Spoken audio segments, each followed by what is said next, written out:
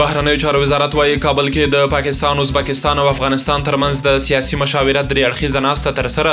او ارکې د درې وړو هیوادونو ترمنځ د ترانس افغان اوسپنې پټلۍ پروژې د امکان سنجۍ مطالعاتو مهمه پروژه هم لاسلیک شوه.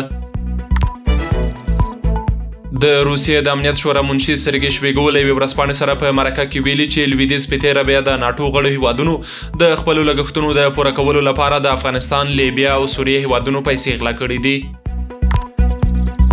د سرپرست حکومت مرستیال ویاند ملا حمدالله فطرت د پخوانیو نظامیانو د څار او نیول کېدو اوازې په کلکه رد کړې او په وینا یې د مشرتابه د عفو فرمان ټولو ته خوندیتوب وربخښلی دی. د پوهنې وزارت ویاند وایي یاد وزارت له 1401 څخه تر 1403 ښوونیز کال پورې په ټول هیواد کې د سواد زده کړې 9661 کورسونه جوړ کړي چې 428,414 تنو ته پکې د زده کړو زمینه برابره شوې.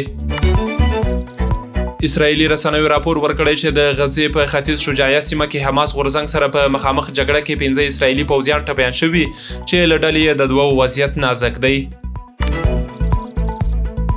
د سوریې د حکومت ولسمشر احمد الشرا په خپلو تازه څرګندونو کې ویلي له اسرائیلو سره له جګړې ویره نه لري، خو د سوریې د ولس ګټې او د سولې خوندیتوب ورته اهمیت لري.